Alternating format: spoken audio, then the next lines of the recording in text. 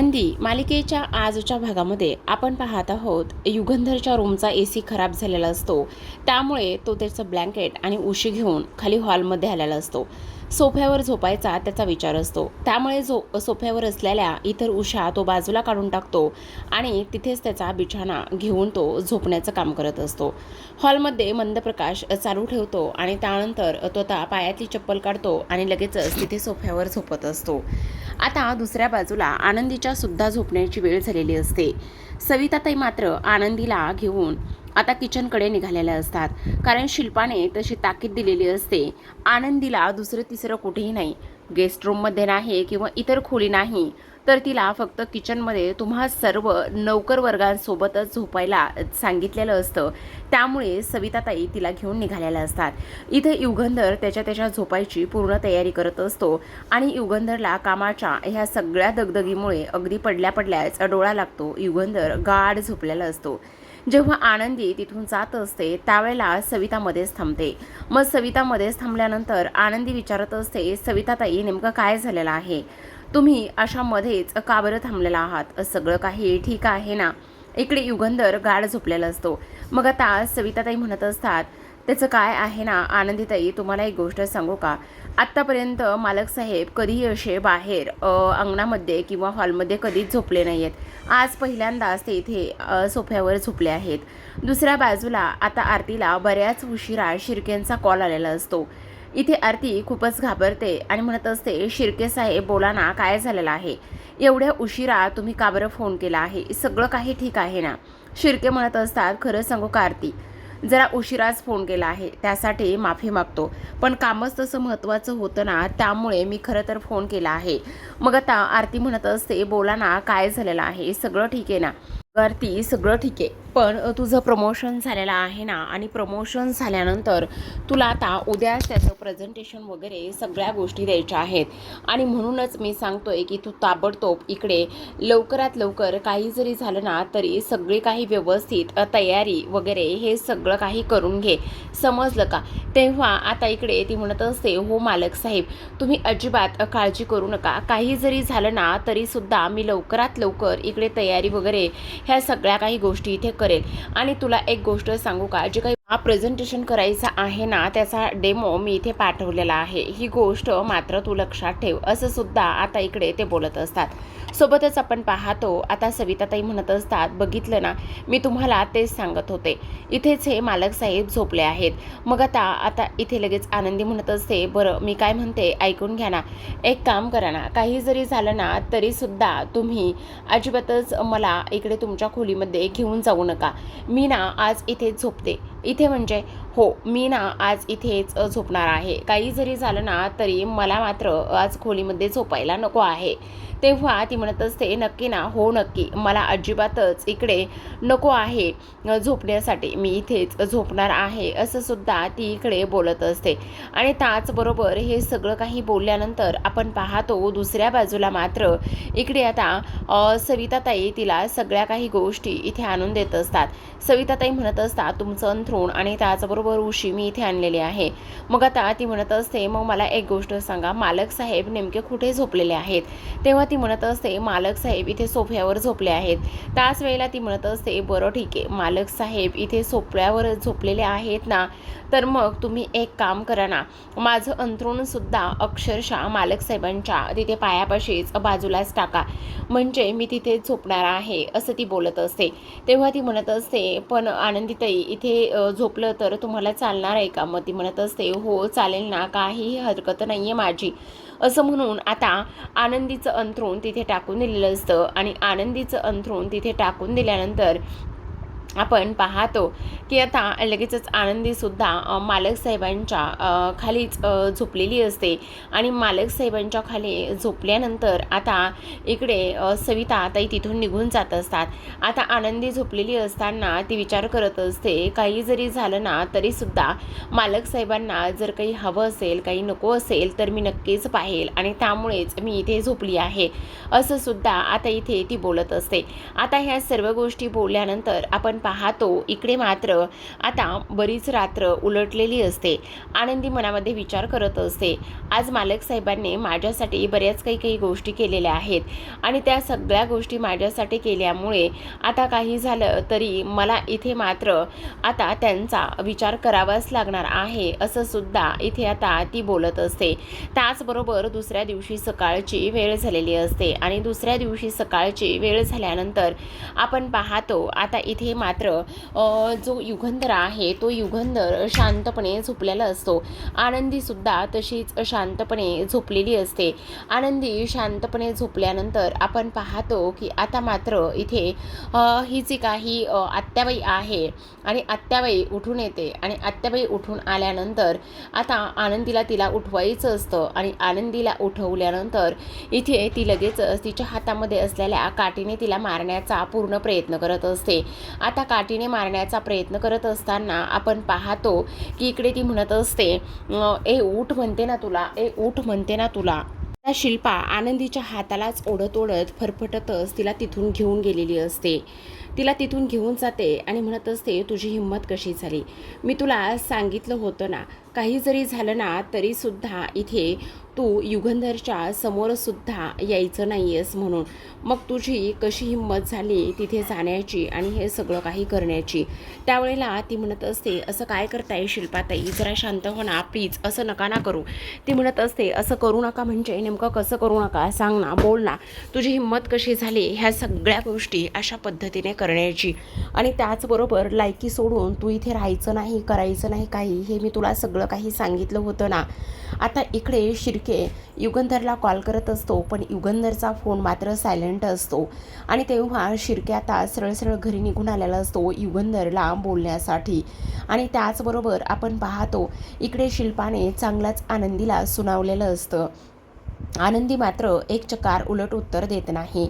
शिर्के घरी आल्याबरोबर इथे शिल्पासमोर दिसते आणि तो म्हणत असतो, मालक साहेब कुठे आहेत? मग आता ती म्हणत असते, मालक साहेबांना तुला भेटायचे काय, ते बघ तिथे झोपलेले आहेत. आता शिर्केला सुद्धा मालक साहेब असे ह्या वेळेला झोपलेले आहेत ही गोष्ट पाहिल्यानंतर त्याला सुद्धा धक्काच बसतो. मग आता इकडे शिर्के उठवत असतात, मालक साहेब उठा ना, मालक साहेब उठा ना.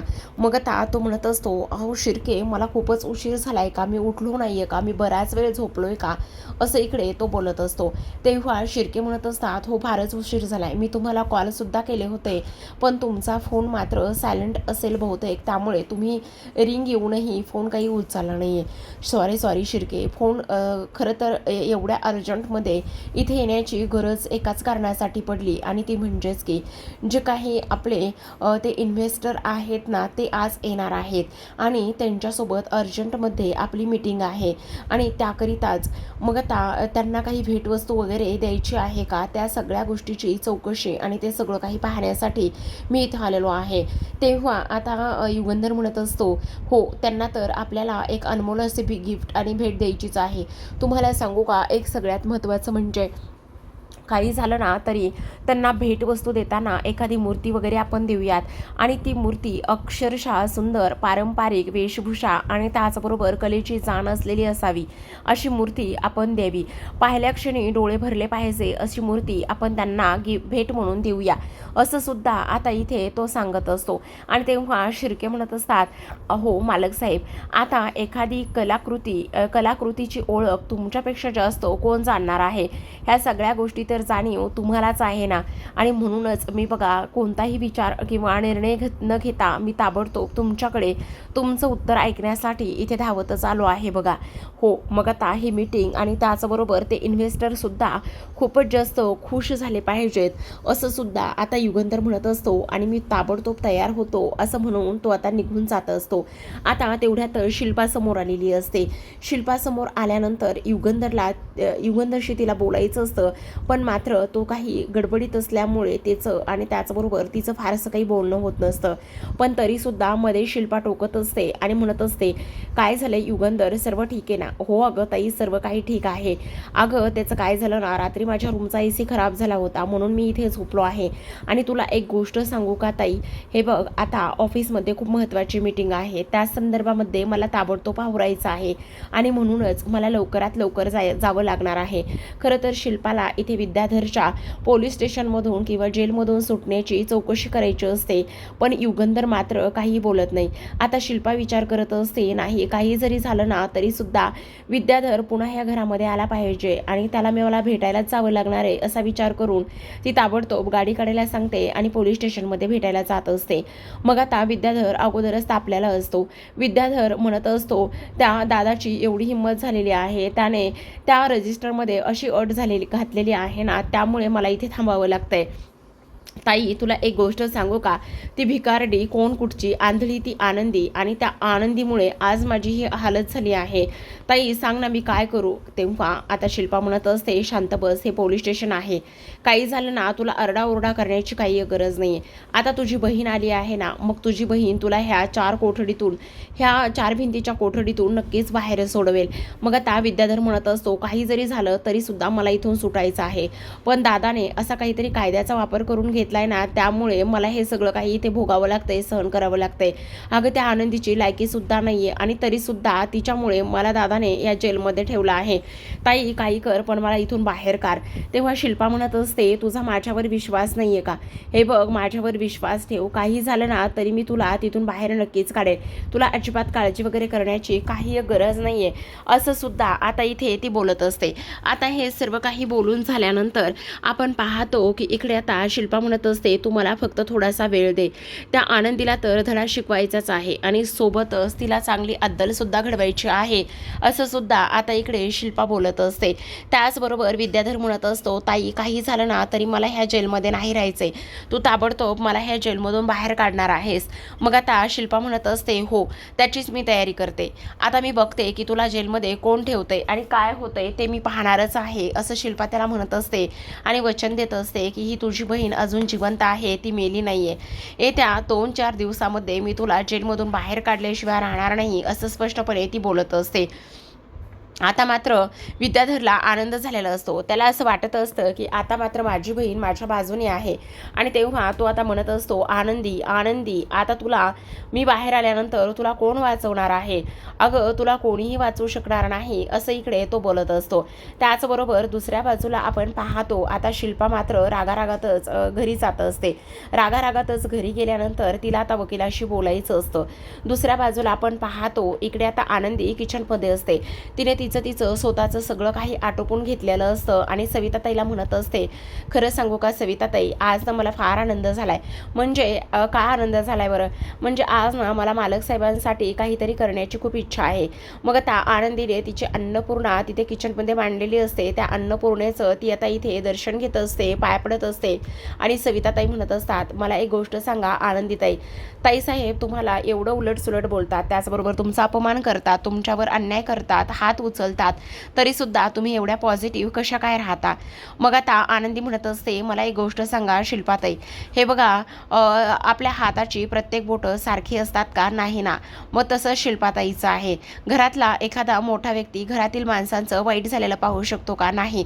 मग तसं शिल्पाताईंचं ह्या घरावर, ह्या इथल्या माणसावर फार प्रेम आहे आणि त्यामुळे कदाचित त्या तशा वागत असाव्या असं मला वाटतंय. पण तुम्ही अजिबातच काळजी करू नका आनंदीताई, पण हे सगळं तुम्हाला कसं जमतं हो. आमचे आबा नेहमी म्हणतात की माणूस हा वाईट असला तरी त्याच्या मनातील भावना आणि त्याचबरोबर त्याच्या करण्यामागचं, वागण्यामागचं, बोलण्यामागचं जे काही विचार आहे ते वाईट नसतात, त्यामुळे माणसाला दोष देऊन चालत नाही. पण आज मला एक गोष्ट सांगा सविताताई, मला ना मालक साहेबांच्या आवडीचं काहीतरी बनवायचं आहे, त्यांना काय काय आवडतं काय काय नाही ह्या सगळ्या गोष्टी तुम्ही मला शिकवाल ना.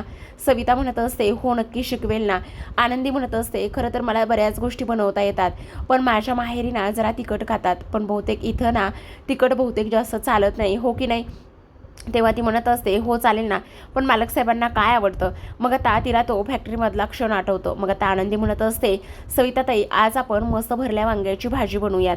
तेव्हा सविता म्हणत असते, हो चालेल ना, ठीक आहे, मी एक काम करते, मी हे मस्त वांगी जी आहेत ना ती कापून घेते आणि तुम्हाला बाकीचं सगळं काही मी इथे देते. मग आता आनंदी म्हणत असते, हो चालेल ना, आज मालक साहेबांच्या आवडीचाच मेनू आपण बनवूयात असं सुद्धा आनंदी सविताला म्हणत असते आणि तेव्हा सविताला सुद्धा आनंदीचं फार कौतुक वाटतं. वाटत असतं. बिचारी आंधळी आहे. आंधळी असताना सुद्धा प्रत्येक गोष्ट अक्षरशः इथे व्यवस्थित शिकण्याचा, जाणून घेण्याचा तिचा तो प्रयत्न सुरू असतो आणि ती गोष्ट पाहिल्यानंतर तिला सुद्धा फारच जास्त आनंद इथे होत असतो. मग आता सविता म्हणत असते, तुम्ही अजिबात काळजी करू नका. आज आपण जे काही बनवू ना त्या सगळ्या गोष्टीमुळे सगळ्यांना फारच जास्त आनंद होणार आहे. तुम्हाला अजिबातच काळजी वगैरे करण्याची काही गरज नाहीये. आता शिल्पा इथे घरी आलेली असते आणि शिल्पा घरी आल्यानंतर इथे आता ती लगेचच वकिलांना कॉल करत असते. वकिलांना कॉल केल्यानंतर ती म्हणत असते, मी शिल्पा निंबाळकर बोलत आहे. वकील साहेब, काय चाललंय तुमचं? आणि त्याचबरोबर तुम्ही अशा पद्धतीने कसं काय वागू शकता तेच मला काही कळत नाहीये. आणि तुमची हिंमत कशी झाली ह्या पद्धतीने इथे वागण्याची? आणि त्याचबरोबर तुमच्या गोष्टी लक्षात येत आहेत का? हे बघा, सगळ्यात महत्त्वाची गोष्ट म्हणजे एक गोष्ट लक्षात ठेवा, तुम्ही विद्याधरला सोडवण्यासाठी कोणतेही आणि कसलेही प्रयत्न इथे करणार नाही आहात का?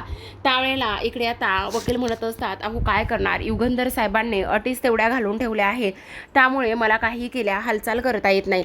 दुसऱ्या बाजूला मूर्ती बनवायला दिलेली असते आणि युगंधर ती मूर्ती पाहत असतो. आता युगंधरने ती मूर्ती पाहिल्यानंतर आपण पाहतो की आता युगंधर म्हणत असतो, खरं सांगू का, ह्याला ना थोडासा वेगळा टच हवा आहे. तो टच काय हवा आहे ना तो मी तुम्हाला सांगतो. मग आता लगेचच इकडे तो म्हणत असतो, मालक साहेब, तुमच्यापेक्षा जास्त वेगळं कुणाला कळतंय आणि तुम्हीच सगळं काही तुम्हाला समजतं. मग तुम्हाला ज्या पद्धतीने मूर्ती हवी आहे ना ते तुम्ही आत्ताच सांगा. तेव्हा लगेच आता युगंधर म्हणत असतो, तुम्हाला हे असं नाही सांगता येणार मला. तुम्ही एक कागद आणि त्याचबरोबर एक पेन्सिल द्या. तुम्ही एक कागद आणि पेन्सिल दिली ना, मग कसं करायचं, काय करायचं ते सगळं काही आपण सांगूया. असं म्हणून आता एक कागद आणि पेन्सिल घेतो आणि त्यानंतर त्या मूर्तीसोबत काय काय करायचं, कशा पद्धतीने त्याला फायनल टच द्यायचा, ह्या सगळ्या गोष्टी आता इकडे तो सांगत असतो. आणि त्याच पद्धतीने इथे आता हे दोघेही जण काही जरी झालं तरी ती फायनल मूर्ती कशा पद्धतीने रेखाटली जाईल, काय होईल, हे सगळं काही आता इकडे ते पाहत असतात आणि करत असतात. सोबतच आपण पाहतो आता इकडे मात्र लगेचच दुसऱ्या बाजूला इकडे त्या मूर्तिकाराला फारच जास्त आनंद झालेला असतो. तो म्हणत असतो, अरे वा वा वा, खरंच मालक साहेब, अजूनही तुमच्यामध्ये असलेली ती सगळी काही गोष्ट आणि त्याचबरोबर इथे हे सगळं काही अजिबातच कमी झालेलं नाहीये. आज तुमच्याकडे पाहिल्यानंतर असं वाटतंय की खरं फायनल टच कसा असावा ना हे तुमच्याकडूनच बघायला शिकतंय आणि त्याचबरोबर इथे खरे मूर्तिवंत कलावंत तुम्हीच आहात, असं सुद्धा आता इकडे ती बोलत असते. आता हे सगळं काही झाल्यानंतर आपण पाहतो इथे आता लगेचच जो काही मूर्तिकार आहे तो म्हणत असतो, खरंच आता मात्र हे जे काही तुम्ही इथे केलेलं आहे ना त्या सगळ्या गोष्टीमुळे आता खरंच एक नवं रूप आणि एक नवं वळण ह्या मूर्तीला आलेलं आहे. मग आता इथे युगंधर म्हणत असतो, हो बघितलं ना, म्हणजे आपले इन्व्हेस्टरला आपण जे गिफ्ट देतोय, ज्या काही गोष्टी इथे करतोय ना त्यामुळे त्यांना सुद्धा आनंद झाला पाहिजे, असं सुद्धा आता इकडे तो बोलत असतो. आता हे सर्व काही बोलल्यानंतर आपण पाहतो इकडे दुसऱ्या बाजूला युगंधर आता त्याचे पैसे आणि ते सगळं काही देऊन तिथून निघून जाण्याचं काम करत असतो. आता तो तिथून निघून गेल्यानंतर दुसऱ्या बाजूला शिल्पा ही वकिलांकडे जाऊन पोहोचलेली असते. शिल्पा म्हणत असते, तुमची हे सगळं काही करण्याची हिंमत कशी झाली? त्याचबरोबर एक गोष्ट तुमच्या लक्षात येते का, विद्याधर माझा भाऊ आहे.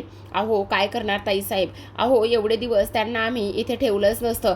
पण तुम्हाला एक गोष्ट सांगू का, युगंधर साहेबांनी अटच तशी घातली आहे आणि युगंधर साहेबांनी अट तशी घातल्यामुळे ह्या सगळ्या गोष्टी त्या पद्धतीने झाल्या आहेत. आणि काय अट घातली आहे, अशी कोणती अट आहे की इथे निंबाळकरांचा धाकला मुलगा इथे जेलमध्ये राहतोय, काय नेमकं काय केलेलं आहे, असं इकडे ती बोलत असते.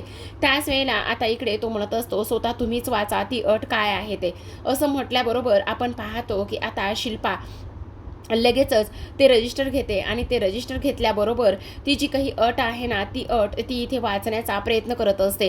आणि ती अट असते की आता माफीनाम्यावरती ज्या काही सह्या आहेत त्या सह्या दुसऱ्या तिसऱ्या कोणाच्याही नाही पाहिजे, तर त्या सह्या फक्त आणि फक्त इथे जी काही आनंदी आहे तिने सही जर केली तरच मग सोडता येईल, असं इकडे लिहिलेलं असतं. आता हे सर्व काही झाल्यानंतर शिल्पा रागारागातच घरी येते. आता शिल्पा रागारागातच घरी आल्यानंतर आपण पाहतो इथे आता ती म्हणत असते, आनंदी मला तुझ्याशी महत्त्वाच्या विषयावर बोलायचं आहे. तेव्हा आनंदी म्हणत असते, काय झालं ताईसाहेब, बोला ना. मग आता ती म्हणत असते, इथे कोणीही मला नकोय, सगळेजण इकडे निघून गेले पाहिजेत, मला एकटी तुझ्याशी बोलायचं आहे असं ती सांगत असते. तेव्हा सर्वजण आता तिथून निघून जातात. सर्वजण तिथून निघून गेल्यानंतर आनंदी म्हणत असते, काय झालेलं आहे, बोला ना ताईसाहेब, कशाबद्दल बोलायचं आहे. तेव्हा आनंदी समोर तिने आता पेपर मांडलेले असतात आणि ती म्हणत असते, आत्ताच्या आत्ता ह्या पेपरवर सह्या कर. मग आता आनंदी म्हणत असते, हे कसले पेपर आहेत. तेव्हा ती म्हणत असते, काय गं, तुला उलट उत्तरं सुद्धा देता येतं का, तुझी हिंमत कशी झाली मला उलट उत्तरं देण्याची आणि उलटून बोलण्याची, तुझं काय चाललेलं आहे, तुझी हिंमत कशी झाली हे सगळं काही बोलण्याची. आनंदी म्हणत असते, माफ करा ताईसाहेब, पण तुम्हाला एक गोष्ट सांगू का, हे बघा, मला तसं काही बोलायचं नव्हतं, पण तरीसुद्धा हे पेपर कसले आहेत, काय आहेत, ह्या गोष्टी जाणून घेणं माझं कर्तव्य आहे ना, म्हणून मी फक्त तुम्हाला हे सगळं काही विचारलेलं आहे. मग आता इथे शिल्पा ओरडून तिच्यावर बोलत असते आणि म्हणत असते, काय गं, तुझी जीभ तर फारच सुरू चालायला लागलेली आहे.